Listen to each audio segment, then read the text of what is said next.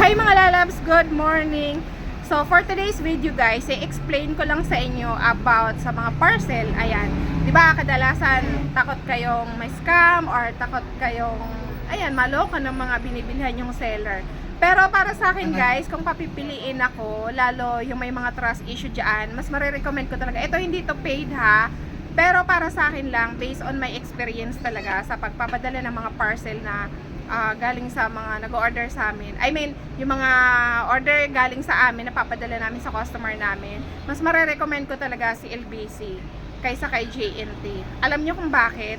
Lalo yung mga takot may scam, ganyan, takot sa mga scammer, sa mga online seller na, hindi naman lahat pero mayroon talaga kasing gumagawa ng hindi maganda. So kung may, pasensyahan nyo na yung ingay ha.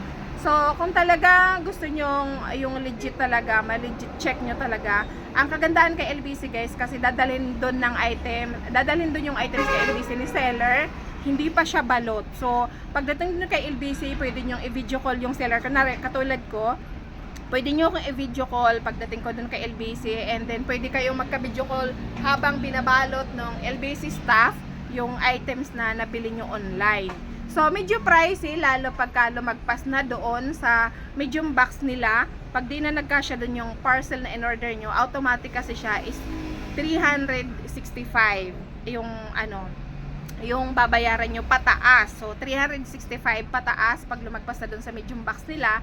Pero, ang kagandahan is legit talaga kasi ultimong si LBC staff ay chine-check nila yung items, kunwari ito, kung ano ba talaga yung papadala mo, nakikita nila guys kung maganda o hindi, o diba? Kaya para sa akin ha, kung gusto nyong talaga makasiguro, ayun, sa LBC nyo talaga yung parcel nyo, kasi yun nga, binabalot, tapos pwede nyo i-video call yung seller habang nandoon kay LBC, iganyan nyo lang diba, para makikita nyo talaga.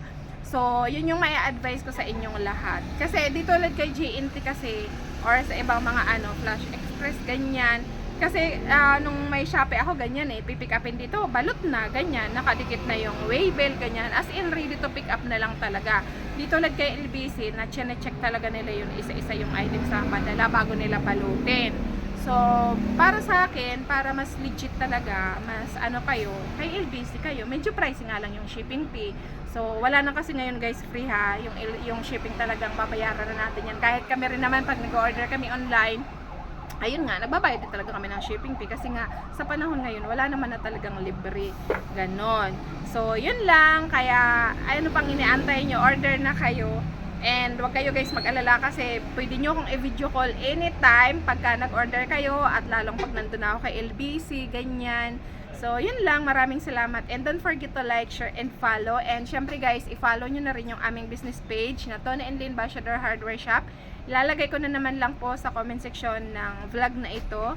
So, maraming salamat sa mga nagtitiwala sa akin. And syempre guys, ulitin ko po, pagka outside NCR, payment first po kami. Pagka NCR naman, pwede kami mag-deliver COD via Lalamove. Pero pag more than 4,000 na ganyan, minsan mas inaano na namin na payment first, lalo kung si Lalamove yung kasi ang pwede lang kasing i-shoulder pala ni Lalamove ay 2,000 below. So yun lang, ihinabol ko lang yan para clear tayo. So yun lang, maraming salamat, and don't forget to like, share, and follow. Ayun, nabulol na naman. Thank you po. Bye!